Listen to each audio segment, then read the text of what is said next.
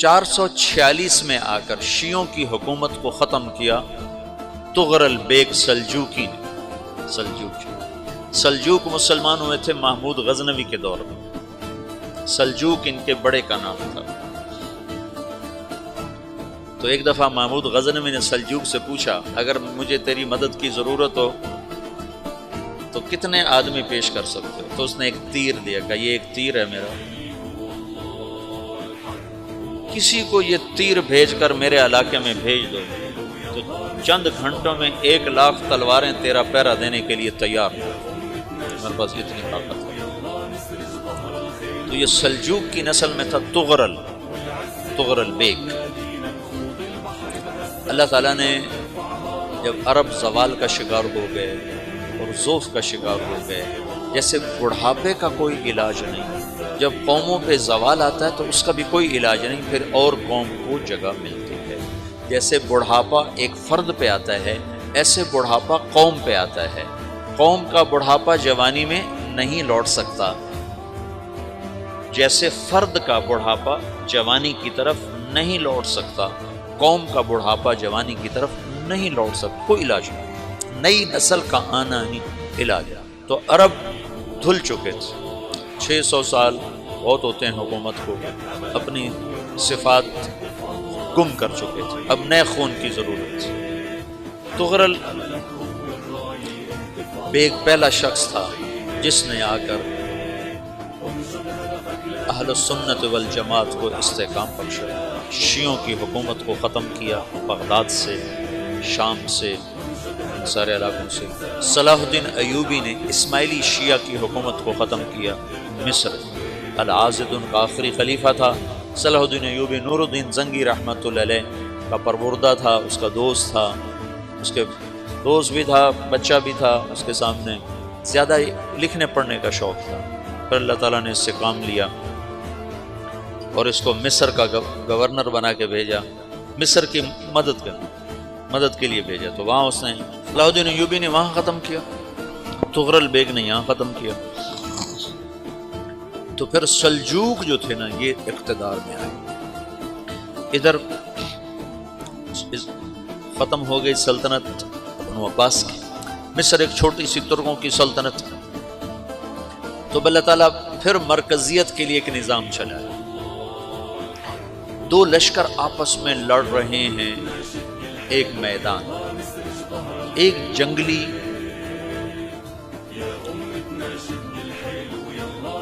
بدوؤں کا قافلہ، جنگل کے لوگ اپنے قبیلے کو لے کر، ایک جنگلی قبیلہ اپنے سردار کے ساتھ نقل مکانی کر رہا ہے ایک جگہ سے دوسری جگہ۔ اللہ کا نظام کہ یہ لوگ چلتے چلتے چلتے اس وادی میں پہنچ گئے جہاں جنگ ہو رہی ہے، دو لشکر آپس میں لڑ رہے ہیں۔ جب یہ وہاں پہنچتے ہیں تو ایک لشکر کے قدم اکھڑ رہے ہیں اور دوسرا غالب آ رہا ہے۔ ان کو نہیں پتا شکست کھانے والے کون ہیں اور فتح پانے والے کون ہیں، ان کو نہیں پتا۔ اس جنگلی قبیلے کے سردار کا نام بھی تغرل ہے، تغرل۔ تو یہ سردار کہتا ہے جو شکست کھا رہے ہیں ان کی مدد کرو، کچھ پتہ نہیں کون ہے، کہتا جو شکست کھا رہے ہیں ان کی مدد کرو۔ تو 400 وحشی جنگلیوں نے فاتح لشکر کے پیچھے حملہ کر دیا۔ تو یہ کافی ہوتا تو 400 دوڑ جب تلواریں پڑیں تو چند لمحوں میں نقشہ بدل گیا، بھاگنے والے جم گئے اور جمنے والے بھاگ پڑے۔ جب جنگ ختم ہوئی تو شکست خوردہ لشکر کے بادشاہ نے ان کو بلایا، اسے پوچھتا ہے مجھے جانتے ہو میں کون ہوں؟ کہا نہیں۔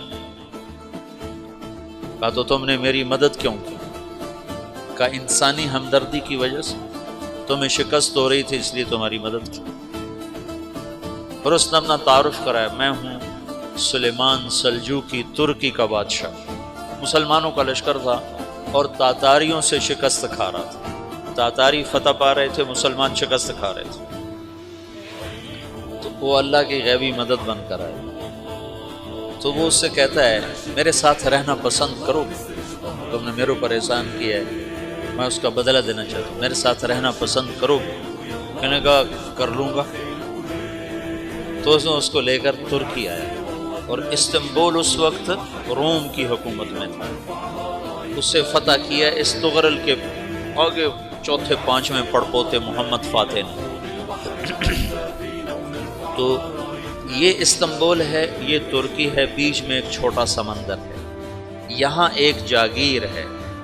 تو سلطان سلیمان کہتا ہے یہ جاگیر تجھے وقف ہے، ادھر سے رومی مجھے تنگ کرتے ہیں حملے کر کر کے، تو میرا دفاع کرتے رہنا، یہ جاگیر تیری۔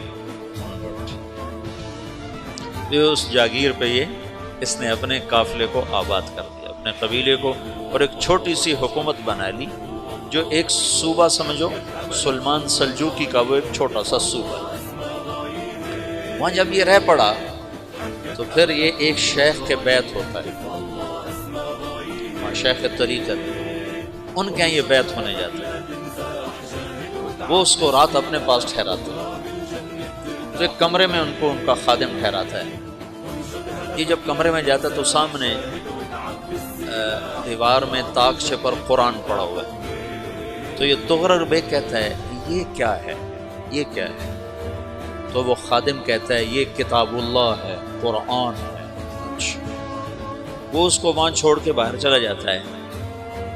وہ دیہاتی آدمی، جنگل کا رہنے والا، پہلی دفعہ زندگی میں قرآن دیکھا، وہ کہتا ہے یہ قرآن ہے، اللہ کی کتاب ہے، میں اللہ کی کتاب کے سامنے سو جاؤں، کتنی بے ادبی ہے۔ تو اس نے ایسے قرآن اٹھایا اور سر پہ رکھ لیا اور کھڑا ہو، ساری رات قرآن سر پہ رکھ کے کھڑا رہا۔ رات کے پچھلے پہر اس کو خواب آیا، کھڑے کھڑے اس نے دیکھا کہ اس کی پشت سے ایک چاند نکلا اور شیخ کی بیٹی کے سینے میں جا کے اتر گیا۔ پھر اس لڑکی کے سینے سے ایک درخت نکلا جو پھیلتے پھیلتے پھیلتے 3 بر اعظم پہ چھا، افریقہ پر، یورپ پر، ایشیا۔ پھر اس کی آنکھ کھل گئی، وہ کھڑا ہوا ہے، تو اس نے صبح یہ خواب اپنے شیخ کو سنایا، تو انہوں نے اپنی بیٹی اس کے نکاح کی۔ اس بیٹی سے ایک بچہ پیدا ہوا، تغرل بیگ نے اس کا نام رکھا عثمان، عثمانی ترک نام سنو، جو میں نے کل بتایا تھا کہ 1924 میں وہ خلافت ختم ہوئی۔ تو ایک بیٹا پیدا ہوا عثمان۔